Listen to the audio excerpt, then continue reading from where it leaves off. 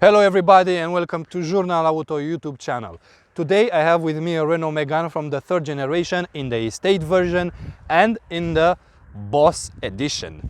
Yes, you will have Boss audio system in this car. But until then, let's talk about the car I have with me. This is a Renault Megane from 2011, December 2011, so it's before the first facelift that took place in January 2012 and a second facelift took place in 2014. This car is very well equipped, so I will show to you in this clip that you can consider this car if you are looking for a used family car, for a cheap one, reliable and economical. This car came with a lot of petrol and diesel engines. In terms of petrol, you had 1.2 turbo petrol, but I don't recommend you that engine because it was a total failure.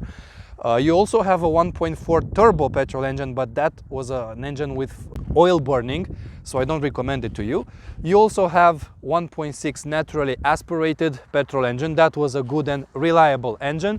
And in terms of diesels, you had the legendary 1.5 diesel with 85, 90, 105 and 110 horsepower, but the versions with less power, 85 and 90, had some problems with the injectors, the fuel injectors, the Delphi ones, and those with 105 and 110 horsepower had Continental fuel injectors, and those had no problems.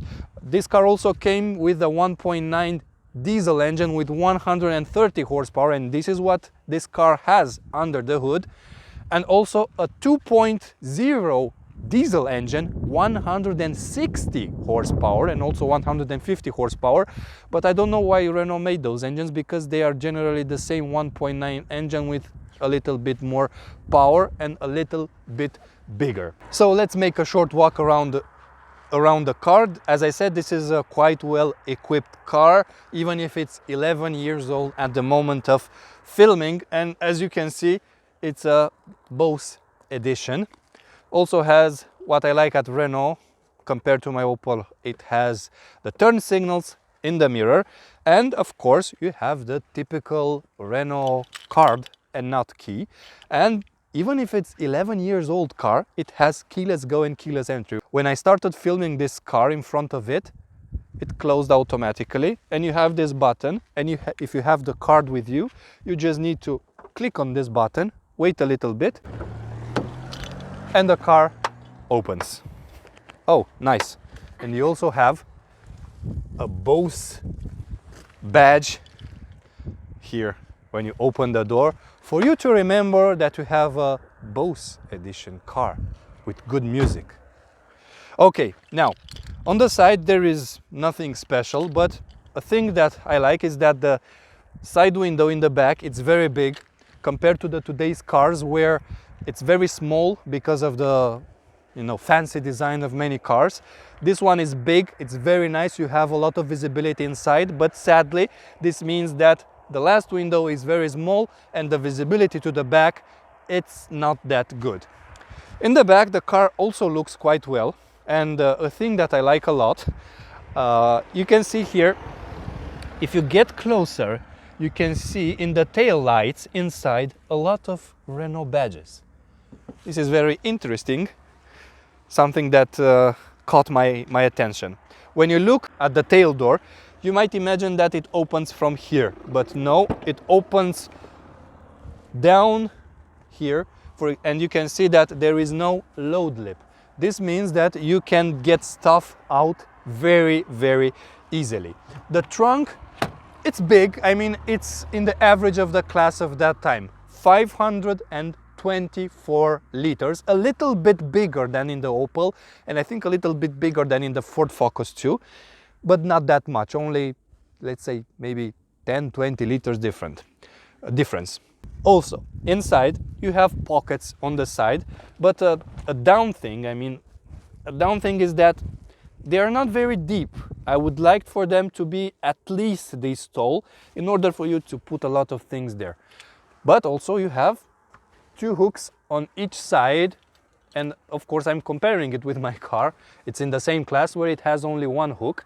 And what I'm missing also in my car is that it has a 12-volt socket socket in the trunk, and this is very useful. For example, if you have a vacuum cleaner, a portable one, and if you want to clean the trunk, or I don't know, if you want to charge your phone, you leave your phone there, I don't know why, maybe in a camping or whatever, you can use that 12-volt socket without any problems. This is textile, the cover.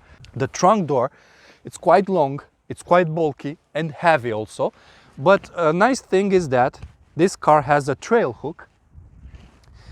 It tells you how many kilos this can support if you push it. 75 kilos. So this is the car. Let's go inside to see how it looks. Let's also check the quality of the materials inside the Renault Megane. Here on the superior side of the dashboard, you have a very soft and pleasant to touch material. But starting from the middle to down, like almost any car in this class, of course, hard plastics, but in the same time, the quality is good. You also have a glossy surface, a black glossy surface here, which is a very nice touch. It offers you a little bit of an elegance, but it's very sensitive to scratches. It already has a scratch here, and also here in the middle, in the center console, it's also glossy. It's nice, it's elegant, but again, it's very sensible to scratches. Here on the center console, you have a storage space, but only one cup holder, not even two, only one. This is quite disappointing. In the same time, the gear lever, it's quite tall. This is something I don't like. It could have been a little bit shorter. It could have been more elegant, and it's quite rigid. You will see it when I will drive the car. Also here in the center console, what I like, you have an USB port in 2011, also on a car that was launched in 2008, and an auxiliary port that it's also very useful if you want to connect your phone, but you also can connect your phone through Bluetooth to the audio system of the car. The parking brake, it's also covered in leather, and this button, it imitates the aluminum. I think it might be, I don't know, I think it's plastic. We also have a central armrest that it's also covered in leather. It's very soft and nice to touch. The storage space, it's not that big, but it's more than enough for your daily needs, and it's very nice for you when you drive the car. And the glove box, you see how nice it opens. Of course, it's not covered in a nice material, but at least it's illuminated, and it has two levels of storage space, a lower one here and you can put your sunglasses or any other small stuff, and a bigger and deeper one here. See how deep it is. This is the manual owner. It's very deep, so it's very big. This one is very useful, and I like this in the Renault. A thing that I always liked in the Renault models is that they offer a digital speedometer. They've done it, I think, since the 90s in the second generation of Espace, and of course in the second generation of Scenic and so on. So this is digital, even the fuel level and the water level, everything is digital. And on the right side you have the trip computer, and you can go through it from these buttons.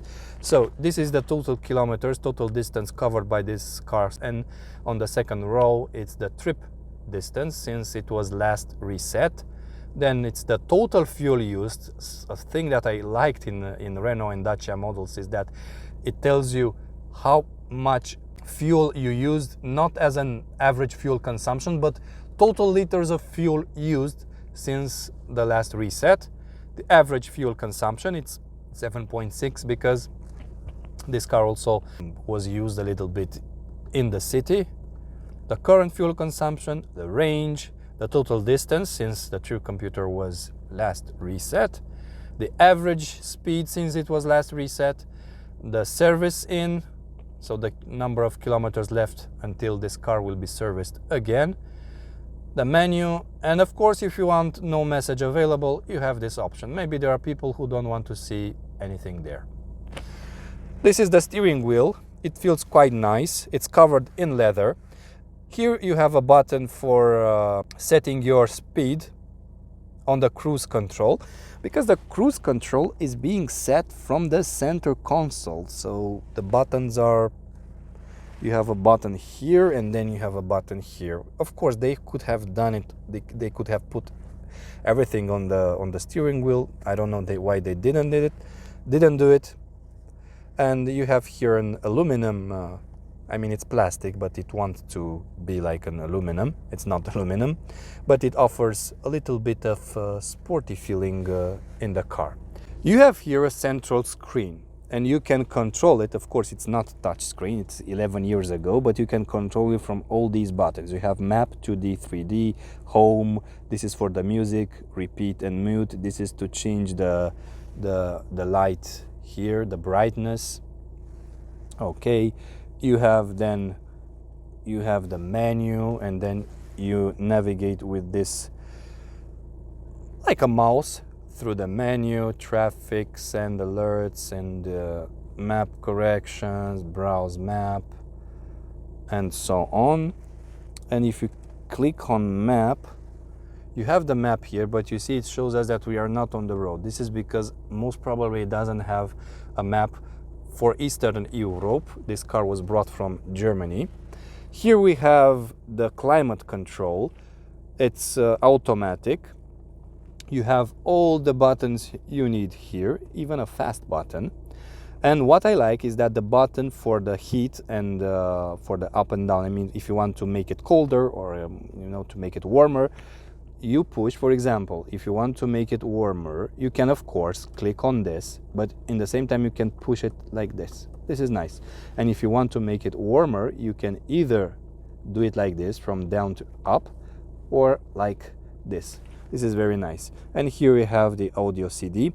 I will not show you, this car has a Bose system.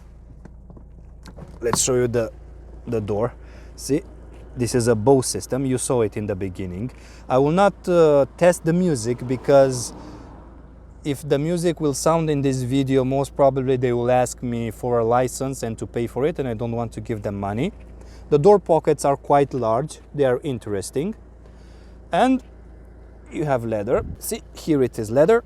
4 electric powered windows, all have impulse. This is where you select which side mirror you want to calibrate, and this is being done electrically.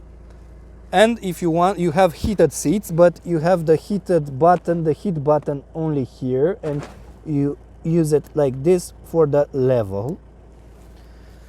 Okay, and here on the left, this is the button to make the dashboard lights dimmer inside, brighter or dimmer. And this is the button for traction control, but it has a weird icon. I didn't see it in other cars. Here, don't imagine that you have a cubby, a storage space. No, these where are the electrical system and other things, so it's not like in the German cars where you have a cubby here. And we also have the sun visors. They have mirrors, both of them, but they don't have a light. See? Here on the back of the Renault Megane 3, it's a very nice place to sit and spend several hours on a longer trip. And I will show you why. First of all, just look how much knee room I still have. I'm pretty tall. I'm 182 meters tall. I think for those of you in the UK, that is around 5 feet 11, almost 6 feet. Of course, you can imagine that the front seat, it's quite pushed to the back in my driving position, and I still have a lot of knee room. So first of all, knee room, yes, very, very good. You also have pockets in both of the front seat, in the back of the front seats, very nice. And here on the central console, you have a cubby space that it's very, very deep. This is a 1 liter water bottle, and look how it gets there. It covers the whole bottle. And also you have 12-volt sockets. Of course, many of you might think that it's not a big deal today, but back in 2011 it was a big deal, and it was quite nice. Here, this is not a child seat, it's only the support where you put the child seat. Of course, the car has an ISOFIX system. You have a lot of room to put a bulky child seat here. And also very important is that the back door it opens very wide, and because it opens very wide, this is a big advantage for families that have children, because the children's seats are quite bulky and you need a lot of room to introduce it in the car. This car has a very wide opening for the back door, and this is a huge advantage for those with babies. Also, in the back here, you have a central armrest. It's very soft leather. You have 3 cup holders, a bigger one in the center, and on the side you have 2 cup holders for smaller bottles. It's a shame because in the front it's only 1 cup holder, which is weird. It should have been at least 2. And then in the back you have 3. Okay, now if you test the middle row, this is another surprise, because the central hump, it's not very big, but in the same time, this is one of the most comfortable cars in terms of the middle seat. If for the most of the cars I recommend the middle seat only for shorter trips, in this middle seat, even if I'm tall, I can spend here several hours at least. But okay, let's say I'm exaggerating, several hours, but for a medium trip, not inside the city, but let's say 100 kilometers, I can sit here very well, and I still have a lot of headroom. When I tested an Audi A4, the B7 generation, I didn't even have headroom in the middle seat. Here I still have a lot of headroom. So it's a nice place to sit here. I also told you in the beginning of the long windows, you see that they are not very tall, but at least they are long, and you don't feel claustrophobic like in many modern cars from nowadays. In terms of quality, of course, hard plastics, they're not cheap, they are solid, but they are hard plastics inside. This happens almost anywhere in this class, in the C class, and I'm not talking here about premium cars like BMW or Mercedes. You have soft touch materials in the front and hard plastics in the back, but at least you have leather in this middle area and where you keep your elbow. Just that here where you keep your elbow, it's not that wide and your elbow doesn't get with all its size here, but nevertheless you can bear with that. And you have a door pocket in the back, and it's not only a door pocket, it's a big one. So very nice. I saw premium cars like BMW that didn't have that. I don't know why. And in the back, you don't have Bose audio system, but you have it in the front, and that's enough. So as I said, I showed you now why the Renault Megane here in the back, the estate version, is almost an ideal car for those with 1 or 2 children, for a family with 1 or 2 children. Here in the back, as you saw, it's a very nice place to sit for longer trips too. So I'm now driving the 3rd generation of the Renault Megane, the estate version. Let's see. I will start with the visibility. Well, in terms of visibility, a pleasant aspect, not a surprise, because it's not a surprise, but it's a pleasant aspect. The fact that the visibility in this car is very good. The windscreen is quite large, as well as the front side windows, but the most important thing in terms of visibility for this car is that the A-pillar, it's not very thick. And I'm comparing this with my own Opel Astra, the J generation. For those of you watching this in UK, it's the Vauxhall Astra, that has a very bulky A-pillar and a small window on the side, small extra window. And I recently drove it, for example, in the mountains where we have a lot of twisty roads. And I had problems with the visibility, as well as when I first bought that car. It got me at least several days to get used with the visibility because of the thick A-pillar. In this case, the A-pillar is not thick, and don't imagine that because of this the car is not safe, because at the time it was launched, this car got also, like the Opel, 5 stars safety rating in the Euro NCAP. Also, the side mirrors, they are quite big, they cover very well the car. And what I also like is that, for example, I never drove this car. This is the first time I'm driving it, so I have only, I guess, 15 minutes since I'm driving it, and I didn't need time to get used to it. The clutch is very balanced, meaning that it's not very soft, not very hard. It's where it needs to be. Also the brakes, they are very good, you see. And I also didn't need time to get used to them. And the steering wheel, it also feels quite nice. This car also, it's very well equipped. And the seats are a combination between textile and leather, and they feel very comfortable. They have very good support in it. I mean, when you go on twisty roads, you don't feel that you will roll out of your seat. So you are the support in the seat, it's very good. And also the headrests, they are very soft and very comfortable. For example, in this position where I'm driving it, I'm sitting my head like this. It's very comfortable. Noise-wise, this car is quite noisy because this engine, despite being a 1.9 engine, you don't see this too much nowadays. It's an engine that was launched somewhere at the end of the 90s, so it has more than 20 years, and you can imagine that it's a little bit noisy. You can get used to it, so at high speeds it's not as noisy as a petrol engine, naturally aspirated petrol engine, but in the same time it's not that silent like the newer diesels, for example, from those in the 2010s. The gearbox, it's made in order for you to have a nice fuel consumption. So the gears have quite a distance between them, but the gear lever, it's not very soft. This is something that I don't like. I mean, it feels quite rigid. When you go through the gears, you see, it's quite rigid.